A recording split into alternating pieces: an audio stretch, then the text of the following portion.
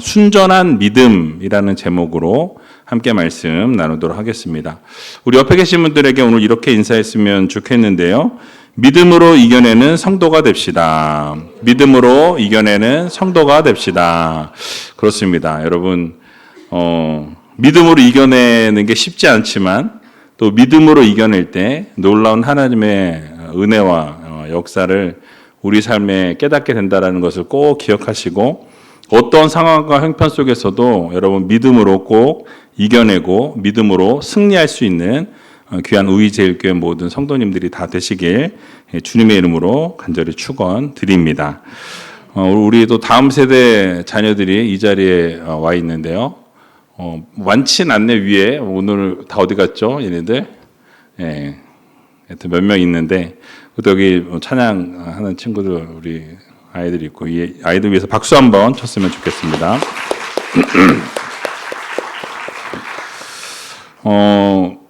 날씨가 오늘 여러분 밖에 나가 보셨어요? 날씨가 너무 좋더라고요. 예, 밖에다 나가서 하늘을 보니까 하늘이 너무 이쁘고 아름답고, 또 제가 교회에 있으니까 교회에 이렇게 꽃이 지금 연산홍이 너무 이쁘게 이제 아마 다음 주쯤 지지 않을까? 그 전에 사진 꼭 찍으세요. 예, 찍으시고 너무 이쁘고, 또 산에 올라가니까 권사님들이 아주 계속 꽃을 갖다가 심으셔가지고 지금 막 꽃들이 막 나 좀 봐줘 막 이러면서 계속 그러고 있어요. 가서 좀 보시고 사진도 좀 찍으시고, 좋은 공기. 오늘 또 공기도 아주 미세먼지도 없고 완전 좋음이었거든요. 여러분 정말 하나님께서 만드신 대자연을 바라볼 수 있는 게 얼마나 감사한지. 오늘 그 강국희 집사님이 교회에 잠깐 오셨는데 휠체어 타고 이 리모델링 한 것도 아직 못 보셨어요. 3년이 넘었는데도 휠체어 타고 오셔가지고 다 보시고, 김기현 장로님 모시고 이제 오셔가지고, 그래서 이렇게 오셨는데, 하여튼 너무 좋아하시더라고요. 그리고 당회장실에서 기도해야 될 때 막 우셔가지고, 하여튼, 짠했습니다. 근데 어쨌든, 그렇게 이제 요양병원에 이제 지금 나오셔서 집에 계시지만, 불편하셔서 움직이지 못하시는 분들이 계세요. 그러니까 여러분들, 그런 분들의 생각하면 여러분들은 매일매일 마음대로 걸어 다닐 수 있고, 아름다운 자연도 바라볼 수 있고, 여러분이 하고 싶은 거 할 수 있다라는 것, 그건 정말 하나님의 축복입니다. 여러분, 이게 우리가 늘상 누릴 수 있는 게 아니라는 것. 우리가 아파보면 알잖아요. 내가 아팠을 때 불편해지면 어떻죠? 그때서야 이제 감사가 나오죠. 아, 그때 참 감사했던 거였구나. 이게 참 정말 누릴 수 있을 때 그렇게 감사할 수 있는 그런 믿음의 우이제일교회 성도님들이 다 되셨으면 좋겠습니다. 자, 우리가 이 세상 살아가다 보면 힘든 일들이 여러분들 앞에 놓일 때가 있습니다. 정말 깜깜한 터널을 지나가는 것 같은, 정말 앞이 아무것도 보이지 않고, 그래도 그 끝을 안다면, 빛이라도 저 멀리서 보이면, 아, 끝이 저 정도에는 끝이 있겠구나라는 기대감을 가지고 갈 텐데, 정말 아무런 어두움 가운데서 그 터널을 지나고 있는 것을 보게 되죠.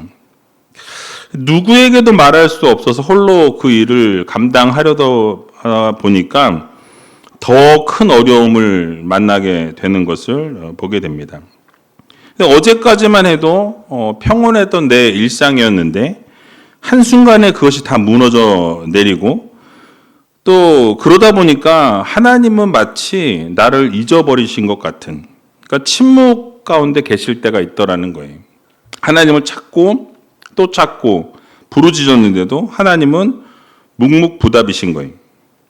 근데 그렇게 어두운 터널을 지나고 계신 분이 이 자리에 앉아 계실 수도 있다라는 거죠. 여러분, 그럴 때 우리는 하나님께 묻게 됩니다. 하나님, 도대체 왜 이런 일이 나에게 일어났습니까? 도대체 이 수많은 사람들이 있는데 왜 하필 나입니까? 질문할 때가 있다라는 거죠. 여러분 오늘 본문에 나오는 욥이 바로 그런 상황에 처해 있었습니다. 여러분 잘 아시는 것처럼 욥이 어떠했습니까? 모든 재산을 다 한순간에 다 잃어버리게 되었죠. 재산뿐만 아니라 사랑하는 자녀들 10자녀 모두를 한 자리에서 한꺼번에 다 한순간에 잃게 되었다라고 성경은 말씀합니다. 그것도 모자라서 이제는 자신의 몸에 이 약창이 뒤덮여서 이 기와 조각으로 긁지 않으면 견딜 수 없는 그런 고통 가운데, 그런 처절한 정말 고통 가운데, 극한 상황 가운데 비참한 처지에 놓이게 되었던 것을 우리는 보게 되죠. 자, 여러분 이 정도가 되면 안 그래도 살고 싶은 생각이 들지 않을 상황인데, 여러분 아내마저 사랑한다라고 가장 가깝다라고 생각했던 아내마저 어떻습니까? 저주를 퍼 부었다라는 거예요. 여러분 아내가 뭐라고 했죠 오늘? 하나님을 욕하고 죽어라. 차라리 그렇게 견디지 말고 하나님을 욕하고 죄송합니다. 되져라. 지금 딱 이 상황인 거예요. 이 상황이. 그러니까 절망적인 말을 지금 남편한테 막 쏟아 부었다라는 거죠. 여러분 그런데 그렇게 절망적이고 희망이 보이지 않고 가장 밑바닥에 처절하게 내동댕이 쳐진 그 욥은 그 칠흑 같은 어둠 속에서 오히려 여러분들이 평생 붙들어야 할 위대한 신앙 고백을 하는 것을 우리는 보게 되는 것입니다. 자, 그렇다면 욥이 어떤 고백을 했는지 함께 살펴보면서 이 욥의 고백을 통해서 여러분 우리들의 무너진 그 신앙이 다시 세워져 나아가는 그런 귀한 시간이 여러분 다 되셨으면 좋겠습니다. 자, 첫 번째로는 이 감정의 소리에 매몰되지 말고 믿음의 자리를 지키라라고 말씀하고 있어요. 여러분 이게 무슨 말씀이냐면 오늘 9절 말씀 먼저 한번 보겠습니다. 9절 함께 읽어보겠습니다. 그 아내가 그에게 이르되 당신이 그래도 자기의 순전을 굳게 지키느뇨 하나님을 욕하고 죽으라. 아멘. 자, 여러분 앞에서 잠깐 언급했지만 이 욥의 아내는 그 고난의 현장에 함께 했어요. 그리고 같은 감정을 느꼈다라는 거죠. 그러니까 고난의 현장에서 함께 같이 무너졌던 사람이었습니다. 그녀의 말을 보게 되니까 하나님을 욕하고 죽으라 라고 정말 아주 강력한 저주를 하는 것을 보게 되죠. 근데 이 표현은 어떤 단순한 불신앙을 표출하는 것이 아니었습니다. 그러니까 정말 감당할 수 없는 그 고통, 정말 처절한 고통, 어떻게 뭐 할래야 어떻게 할 수 없는 그 고통 앞에서 터져나온 어떻게 보면 비명과 같은 악 하고 소리 지른 것과 같은 그러한 비명이었다라는 거예요. 여러분 우리도 생각하지 못했던 고통이 닥쳐오고 여러분들이 전혀 생각하지 않은 그런 어떤 고난이 찾아오게 될 때 여러분 어떻습니까? 나의 가장 아픈 부분의 소리를 듣게 되어 있다라는 거예요. 고난이 닥쳐오면 여러분 안에 있는 그 상처 입은 감정이 내린 소리를 귀를 기울이게 되어 있다라는 거죠. 가장 아픈 부분이 여기 너무 아파 이러면서 그 아픈 부분에서 소리를 지르게 되면 그 아픈 부분에 우리는 귀를 기울이게 된다라는 거예요. 자, 그런데 욥은 어떠했습니까? 그 감정의 소리에 요동하지 않았어요. 그 감정적인 소리에 흔들리지 않았다라는 거예요.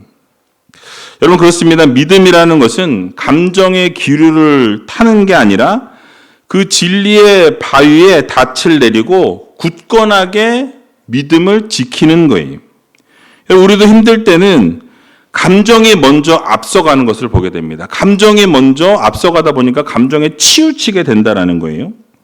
하지만 진정한 믿음의 자녀들은 믿음의 자리를 지키는 그런 모습이 필요하다라는 거예요. 감정에 휩쓸려서 그 감정을 따라서 표출하고 감정을 따라서 움직여가는 게 아니라 믿음의 자리가 어디인지를 찾아서 그 믿음의 자리를 정확하게 지킬 줄 아는 그런 믿음의 성도들이 되어야 할 것입니다. 평생을 탁월한 기독교 변증가로 살았던 C.S. 루이스는 평생을 독신으로 살다가 59세가 되어서 결혼을 하게 됩니다. 근데 사랑하는 이 아내 조이를 이 결혼한 지 3년 만에 암으로 떠나 보내게 됩니다. 그리고 나서 극심한 영적인 침체에 빠지게 되었다라고 말씀해요. 그의 책인 헤아려 본 슬픔이라는 책에서 보게 되면 이렇게 말합니다. 이 고통의 순간에 하나님께 달려갔을 때 내가 마주한 것은 쾅 하고 닫히는 문소리와 안쪽에서 걸어 잠그는 빗장 소리뿐이었다라고 이야기하고 있어요. 여러분 이게 무슨 말이냐면 자신의 감정이 느끼는 이 하나님의 부재를 가감없이 기록하고 있다라는 거죠. 근데 고통의 순간에 하나님 앞에 달려갔는데 하나님은 안 계신 것처럼 느껴지는 거죠. 그 문이 쾅 그냥 닫혀지고 그 안에서 문을 걸어 잠그는 것 같은 그런 느낌을 받았다라는 거예요. 그러니까 여러분 결국 루이스는 그런데 깨닫게 돼요. 이 문이 닫힌 것처럼 느껴지는 것은 하나님이 나를 거부하신 게 아니라는 것을 깨닫게 됩니다.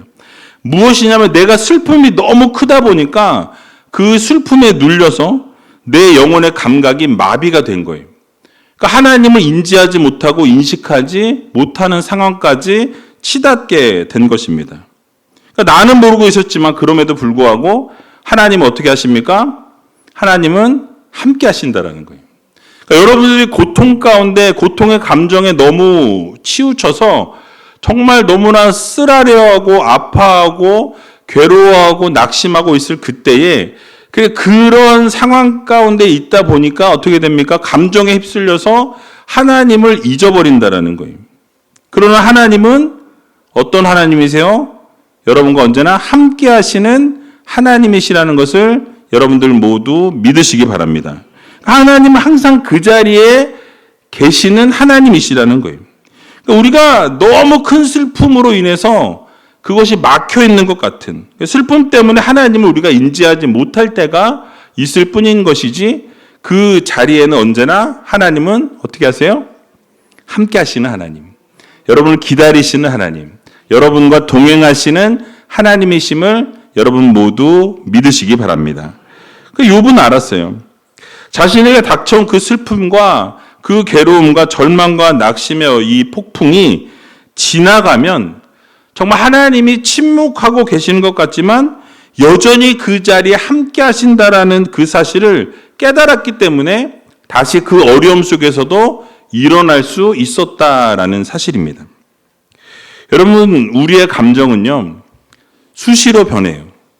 여러분들의 감정이 지속적으로 계속될 것 같지만 그 감정은 흔들린다라는 거예요. 움직여진다라는 거죠. 슬픔이 찾아오게 되면 하나님께서 안 계신 것 같고, 여러분 기쁨이 찾아오면 어떻습니까? 막 하나님이 살아계신 것 같아요. 뭔가 잘 되면 막 하나님이 나와 막 동행하시고 뭐 역사하시고 기적을 베푸시고 막 하나님 아멘 할렐루야 뭐 찬양 뭐 교회 안 다니는 사람도 막 하나님 뭐 막 전능하신 하나님 뭐 이러지, 그죠? 여러분 그런데 어떻습니까? 고통이 찾아와요. 갑자기 절망이 찾아옵니다. 낙심이 찾아와요. 그럼 어떻게 되죠? 하나님은 온데간데 없다라는 거예요. 그러나 여러분 믿음이 무엇입니까? 어떠한 상황 가운데서도 하나님의 계심을 믿는 거예요. 여러분 그 하나님을 바라보면서 그 자리를 지키는 겁니다. 그러니까 지금은 내가 흔들리고 내 감정이 바닥을 치고 있고 내 상황이 정말 말할 수 없는 고통과 어려움 가운데 있을지라도 잊지 말아야 될 것이 무엇입니까? 바로 하나님이 함께 하신다라는 것. 하나님이 여러분과 동행하신다라는 것. 어떠한 상황에 우리를 흔들려도 흔들리지 아니하시는 전지전능하신 하나님이 나의 하나님, 여러분의 하나님, 우리의 하나님이라는 것을 여러분 모두 믿으시기 바랍니다. 자, 그렇다면 우리가 이 감정의 소리에 매몰되지 아니하고 믿음의 자리를 지킬 수 있는 그런 방법이 무엇일까요? 영적인 원리를 좀 몇 가지 잠깐 살펴볼게요. 먼저는 감정과 사실을 이 분리하는 영적인 객관성을 확보해야 합니다. 여러분 이게 뭐냐면 감정은 사건 그 자체가 아니라 그 사건에 대한 나의 해석이라는 거예요. 그러니까 여러분 어떤 일이 생겼을 때 그것이 그것을 바라보는 나의 해석에 따라 그게 슬퍼질 수도 있고 기뻐질 수도 있다라는 거죠. 그러니까 슬프다고 해서 여러분 하나님이 떠나신 거예요? 여러분들이 괴롭다고 해서 하나님이 여러분을 저버리신 겁니까? 나의 감정일 뿐이라는 거예요. 그러니까 여러분이 두렵다고 해서 모든 상황이 다 끝난 것이냐? 그것이 아니라는 거죠. 여러분 감정이 요동치는 일이 일어나게 되어서 슬픔이 밀려오고 두려움이 찾아오게 될 때 그럴 때 나의 상태를 그냥 나는 인정하는 거예요. 그러나 하나님은 여전히 선하시고 하나님은 여전히 나와 함께 하시고 하나님은 나와 늘 동행하신다는 이 진리를 여러분들 모두 떠올려야 한다라는 것입니다. 즉 감정의 소리에 여러분 반응하는 것이 아니라 기록된 하나님의 말씀에 반응하는 그런 믿음의 성도님들이 다 되시기 바랍니다. 우리는 기록된 하나님의 말씀에 반응하는 그래도 훈련이 필요하다라는 거예요. 그래서 여러분 말씀을 읽고 말씀을 듣고 말씀 가운데 행하고 말씀이 가라는 곳에 가고 멈추라는 곳에 멈추는 그런 믿음이 훈련이 필요하다라는 거죠. 또 고난 중에 감정에 매몰되는 가장 큰 이유는 우리가 끝없는 왜를 자꾸 질문하게 될 때, 이 질문에 빠지기 시작하면 어떻게 되어집니까? 그 질문에 꼬리에 꼬리를 물고 어떻게 되어져요? 계속해서 끝도 없는 답도 없는 질문을 지속적으로 하게 된다라는 거예요. 여러분 답이 없는 그 질문은 영혼을 갉아먹는 독이 된다라는 것을 우리는 기억해야 할 것입니다. 즉 질문의 화살표를 나에게서 이제 하나님으로 돌리는 거예요.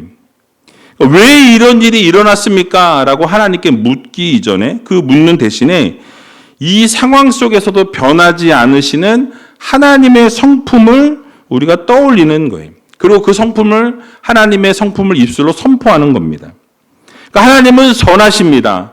하나님은 인자하십니다. 하나님은 영원하십니다. 하나님은 늘 우리와 함께 하시는 하나님이십니다. 여러분 이렇게 선포하시는 것이 필요하다라는 거예요. 여러분 그렇게 선포하고 우리가 함께 하신 하나님, 선하신 하나님, 끝까지 우리를 붙드신 하나님이시라는 것을 선포하면서 그러한 복음의 메시지가 우리의 귀에 들리고 우리의 입술로 선포되어지게 될 때 여러분 우리의 그 선포를 통해서 나의 영혼이 다시 깨닫게 된다라는 거예요. 그래서 그렇게 되다 보면 이 감정의 이 묵은 감정들의 그 안개들은 걷히기 시작하고 다시 믿음은 되살아난다라는 거죠. 여러분 말에는 능력이 있습니다. 여러분 말에는 권세가 있어요. 하나님이 우리들에게 그런 권세를 주셨습니다. 그렇기 때문에 우리는 이 감정의 그 선을 따라서 움직이는 게 아니라 우리는 그 감정에 속지 말고 하나님의 그 선하심과 하나님의 인자하심과 하나님이 늘 함께 하심과 우리를 돌보시고 보호하시고 늘 우리와 곁에 동행하시는 하나님이심을 선포하셔야 된다는 거예요. 그렇게 되면 어떻게 되어집니까? 나의 입술을 통해서 선포되어진 하나님이 또 역사하시는 하나님으로 변화되어지는 거예요. 여러분 그래서 그렇게 늘 선포하면 복음이 들리게 되고 내 입술의 고백이 내 귀를 통과하게 되면서 어떻게 되어집니까? 우리의 영혼 가운데 하나님을 다시 한번 더 떠올리게 되는 그런 시간들이 반복되어지면서 믿음이 회복되어진다라는 것을 여러분들 모두 마음에 새기시기 바랍니다. 또 한 가지는 감정은 대개 일어나지 않은 그런 미래의 두려움이나 지나간 과거의 어떤 후회를 먹고 자란다라는 거예요. 여러분 그런 일이 많잖아요. 아직 일어나지도 않았는데 막 뭐 이거 일어날까봐 저거 일어날까봐 내일 어떻게 하지 모레 어떻게 하지 막 이러신 분들 있잖아요. 그죠? 막 아직 뭐 한 몇 달 뒤 뭐 몇 년 뒤에 일어날 일을 막 지금부터 막 고민하고 걱정하고 막 이러면서 힘들어하는 일어나지도 않은 일인데 또는 과거에 이미 일어났어. 그리고 바꿀 수도 없어. 돌이킬 수도 없어. 근데 그러면 그냥 그거 그냥 흘려 보내주면 되는데 그거 붙들고 내가 그때 왜 그랬지, 내가 왜 그때 이래서 이랬지, 왜 그래서 뭐 이랬지 이러면서 거기에 계속 매달려 사는 거예요. 여러분 사단은요 우리의 마음을 불확실성으로 끌고 간다라는 거죠. 그러면서 어떻게 합니까? 현재 여러분들이 가지고 있는 믿음을 무너뜨린다라는 거예요. 과거로 돌아가게 하고 또 일어나지도 않은 일에 어떤 두려움과 걱정을 여러분 앞서게 해서 하나님을 만나지 못하도록 하나님 앞에 나아가지 못하도록 지속적으로 방해하고 공격하는 역할이 누구 역할이에요? 사단의 역할이에요. 여러분들이 그러한 것에 얽혀 있다면 이게 사단의 지금 장난하는 거구나. 어둠의 세력들이 여러분들을 끌어들이려고 하는 계획이라는 것을 우리는 깨달아야 한다라는 거죠.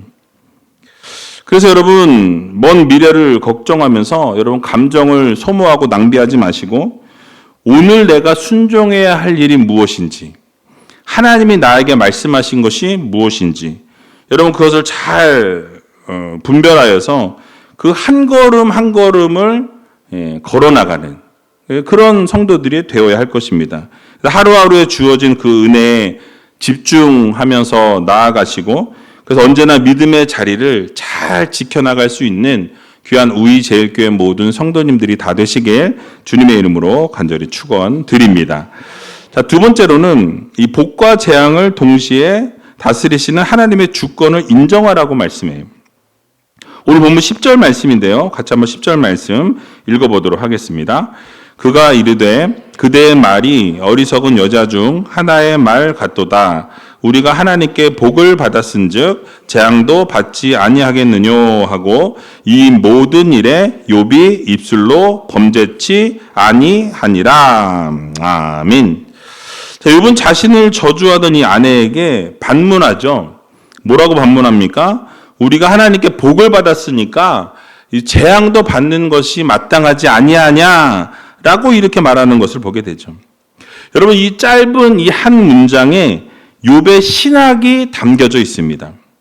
욥은 자신의 인생을 볼 때 좋은 날만 하나님의 통치 아래 있는 게 아니라 고통스러운 날 역시도 무엇입니까? 하나님의 손 안에 있다라는 것을 인정하고 있는 거예요. 근데 여러분 우리는 자꾸 좋은 날, 즐거운 날, 행복한 날에만 하나님이 나와 함께 하신다는 생각을 하고 우리가 어렵고 힘들고 고통스럽고 저주스러운 날 같을 때는 어떻습니까? 나 혼자라고 느낀다라는 거죠. 근데 욥은 지금 뭘 이야기하죠? 좋은 날이나 좋지 않은 날이나 그 모든 것은 하나님의 인도하심과 하나님의 역사 가운데 있다라는 것을 인정하고 있다라는 거예요. 여러분 사실 우리가 이 세상 살아가면서 이렇게 살아가는 것은 쉽지 않습니다. 좋은 날만 있다면 하나님께서 늘 보호해 주시고 함께 해 주시기 때문에 좋은 일이 있다라고 우리가 고백하는 것, 그러면서 하나님의 주권을 인정하는 것 어렵지 않다라는 거예요. 자, 그런데 고통이 있고 어려운 일들이 있고 좌절과 절망과 낙심이 있을 때 여러분 그것조차도 하나님의 주권 아래에 있다라고 고백하는 것이 사실은 쉽지 않은 고백이고 쉽지 않은 인정이라는 것이죠. 그러다 보니까 어떻습니까? 우리는 흔히 우리 자신에게 유익하면 복이라고 말하지만 고통스러운 일이 생길 때는 우리는 재앙이라고 규정한다라는 거예요. 여러분 그러나 하나님의 주권을 인정한다라는 것은 내 판단의 기준을 내려놓는 것입니다. 거기서부터 시작되어지는 거예요. 내가 판단하는 게 아니에요. 모든 역사는 하나님이 주관하시고 하나님이 이끌어 가신다라고 인정하는 것에서부터 시작이 되어지는 것입니다. 여러분 사실 인간은 시간의 한 포인트를 보게 되지만 하나님은 어떻습니까? 인생 전체 라인을 보시는 하나님이세요. 그러니까 당장에는 재앙같이 보이는 일도 여러분 10년 뒤에는 그 재앙 같은 일이 나를 살리는 복의 전주곡이 될 수 있다는 사실을 우리는 기억해야 한다라는 것이죠. 여러분 그렇기 때문에 우리는 이 세상을 살아가면서 때로는 우리가 이해할 수 없는 일들이 여러분 앞을 가로막게 될 때 여러분 우리는 그래서 이렇게 고백해야 합니다. 하나님 지금 이 상황이 왜 일어나는지 나는 알 수 없습니다. 그러나 나의 판단보다 하나님의 지혜가 더 크심을 내가 인정하면서 하나님의 주권을 인정하면서 그렇게 믿음의 성도가 되게 해달라고 우리는 기도해야 한다라는 거예요.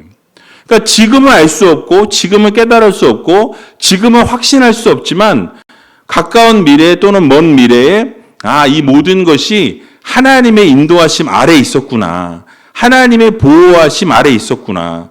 내가 정말 이 상황에서 더 나가면 더 어려운 일들이 생길 수 있기 때문에 하나님이 어떻게 해요? 막으시고 때로는 채찍질을 하시고 때로는 돌이키라 우리에게 말씀하신다라는 사실을 우리는 기억해야 할 것입니다. 당장은 그 뜻을 헤아릴 수 없지만 여러분 시간이 흐른 뒤에는 그 일들을 왜 허락하셨는지, 왜 하나님이 그렇게 그 일들을 주셨는지 깨닫게 되는 순간이 오게 된다라는 사실이. 또 한 가지를 생각해 볼 수 있는 것은 우리가 재앙이 닥쳐올 때 하나님께서 우리를 괴롭히시는 분이라고 우리가 오해할 때가 있어요. 여러분, 하지만 성경은요, 하나님의 본심을 무엇으로 표현하고 있는지 아십니까? 재앙이 아니라 평안이라고 말씀하세요. 여러분, 예레미야 29장 11절에 보면 이렇게 말씀합니다. 같이 한번 읽어보겠습니다. 나 여호와가 말하노라. 너희를 향한 나의 생각은 내가 아나니 재앙이 아니라 곧 평안이요 너희 장래에 소망을 주려 하는 생각이라. 아멘. 하나님께서는 여러분들의 삶에 허용된 어떤 고통이나 재앙이 있을 때에도 사실은 그것을 선으로 바꿔주시는 하나님이시다라는 거예요. 그러니까 재앙이나 고통이 찾아올 때에 우리는 그 고통이나 재앙에 집중하는 우리가 아니라 결국 그 재앙을 하나님이 다 통과하게 하시고 지나가게 하신다라는 거예요. 감당할 수 있을 만큼만 허락하신다라는 것을 우리는 믿는 성도가 되어야 할 것입니다. 여러분, 그래서 결국 어떻습니까? 그러한 시련과 고통을 지나게 되면 우리의 믿음은 더 단단해지는 것을 우리는 보게 되는 것이죠. 또 하나님께서 우리가 감당치 못할 시험 당함을 허락치 않으신다라고 분명히 약속하셨어요. 그러므로 이 사실을 믿으시고 하나님의 선하심과 하나님의 좋은 길로 인도하시는 것을 신뢰하면서 언제나 나아갈 수 있는 믿음의 성도님들이 다 되시기 바랍니다. 또 한 가지 더 생각해 보면 욥과 같이 이 소유권의 주소를 명확하게 해야 한다라는 거예요. 여러분, 욥은 뭐라고 이야기합니까? 주신 자도 여호와시요 취하시는 자도 여호와시라고 말씀해요. 이 고백을 할 수 있었던 것은 바로 자신의 생명과 소유가 원래 자신의 것이 아니었다라는 것을 하나님 앞에 믿음으로 고백하고 있다라는 거죠. 여러분, 우리가 이 세상 살아가면서 때로 분노하게 되고 때로 화를 내고 우리가 소리를 지르는 이유가 무엇입니까? 내 것이라고 믿었는데 그것을 빼앗겼을 때 분노한다라는 거예요. 그러니까 내 거라고 생각하다 보니까 어떻습니까? 그게 없어지니까 화가 나는 거죠. 그러나 모든 것이 하나님의 것이라고 믿으면 하나님께서 주실 권리도 있고 다시 가져가실 권리도 하나님께 있다라는 거예요. 그것을 우리가 인정할 수밖에 없다라는 것이죠. 여러분, 그러면 우리가 이 세상 살아가는 날 동안에 여러분들의 건강, 여러분들의 일터, 여러분들의 가족, 여러분들 주변의 모든 환경과 여건과 상황을 허락하신 분이 누구십니까? 하나님이시라는 거예요. 그러니까 주신 분이 하나님이시니까 그것을 취하시는 분도 하나님이시라는 것을 우리는 언제나 인정하며 살아가는 성도들이 되어야 한다는 것입니다. 그러므로 하나님께 모든 것을 내어드리고 그것이 하나님의 것임을 인정하는 청지기의 삶을 살아갈 수 있는 귀한 우리제일교회 모든 성도님들이 다 되시길 주님의 이름으로 간절히 축원드립니다. 자, 마지막으로 입술의 문을 지켜서 끝까지 하나님을 붙들어야 한다라고 말씀하고 있어요. 여러분, 조금 전에 읽었던 10절 하반절을 보게 되니까 이 모든 일에 욥이 입술로 어떻게 했대요? 범죄치 아니하니라 라고 말씀해요.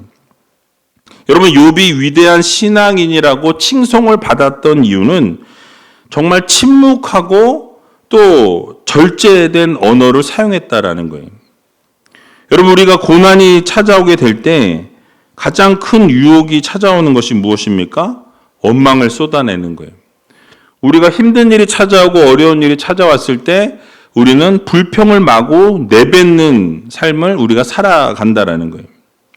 하지만 욥은 어땠습니까? 입술의 문을 지켰다라는 거예요. 자신의 영혼을 그래서 파산시키지 않았다라는 것을 증명해내는 것을 보게 되죠.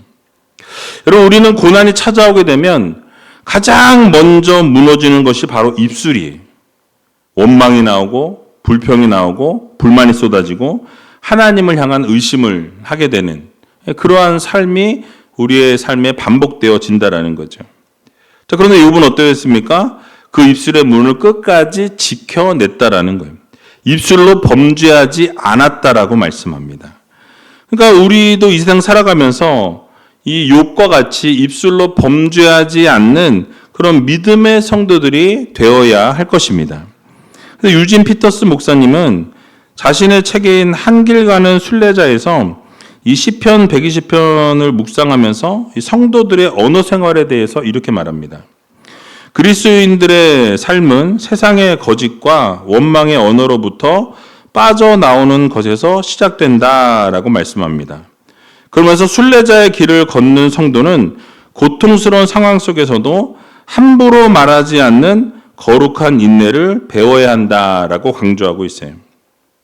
여러분, 그러면서 욥이 입술로 범죄하지 않았다라는 것은 그가 하나님과의 관계를 단절시키는 그런 불신의 언어를 거부했다라는 뜻이에요. 그러니까 여러분, 우리가 이 생 살아가다 보면 어떻습니까? 고통이 찾아오고 고난이 찾아오고 어려움이 찾아오면 우리는 입술로 범죄하는 일들이 너무 흔하게 일어난다라는 거죠. 여러분, 그런데 정말 우리가 지켜야 될 것은 우리의 입술이라는 거예요. 정직하고 겸손한 침묵을 할 수 있는 그런 믿음의 성도들이 되어야 할 것입니다. 그렇습니다. 우리의 입술은 영혼의 통로예요. 여러분, 원망의 말이 나가게 되면 감사는 메마르게 되어 있어요. 원망이 나가게 되면 감사를 할 수가 없죠. 원망이 나가버렸으니까 원망과 불평이 지속적으로 쏟아질 수밖에 없다라는 거죠. 그리고 소망의 언어가 우리의 입술을 통해 나가게 되면 여러분 어떻습니까? 소망이 세워지게 되니까 어둠은 사라지게 되어 있다라는 거예요. 여러분, 그럼 우리는 어떤 말을 해야 하겠습니까? 어떤 언어를 써야 되는지 우리는 다 알고 있다라는 거예요. 우리도 욥처럼 입술에 파수꾼을 세워야 합니다. 입술로 범죄하지 아니해야 한다라는 거죠. 하나님을 끝까지 붙드는 그런 순전한 믿음의 성도들이 되어야 할 것입니다. 우리는 때로 우리의 삶에서 이해할 수 없는 일들이 생겨나게 될 때, 여러분, 우리의 감정은 요동치겠지만 우리는 끝까지 진리를 붙들고 하나님을 인정하면서 신뢰하면서 그렇게 살아가는 성도가 되어야 할 것입니다. 그리고 항상 하나님의 주권을 인정하면서 입술에 파수꾼을 세워서 원망이나 불평하지 아니하고 끝까지 하나님을 붙들고 순전한 믿음을 지킬 수 있는 저와 여러분들이 다 되시길 주님의 이름으로 간절히 축원드립니다.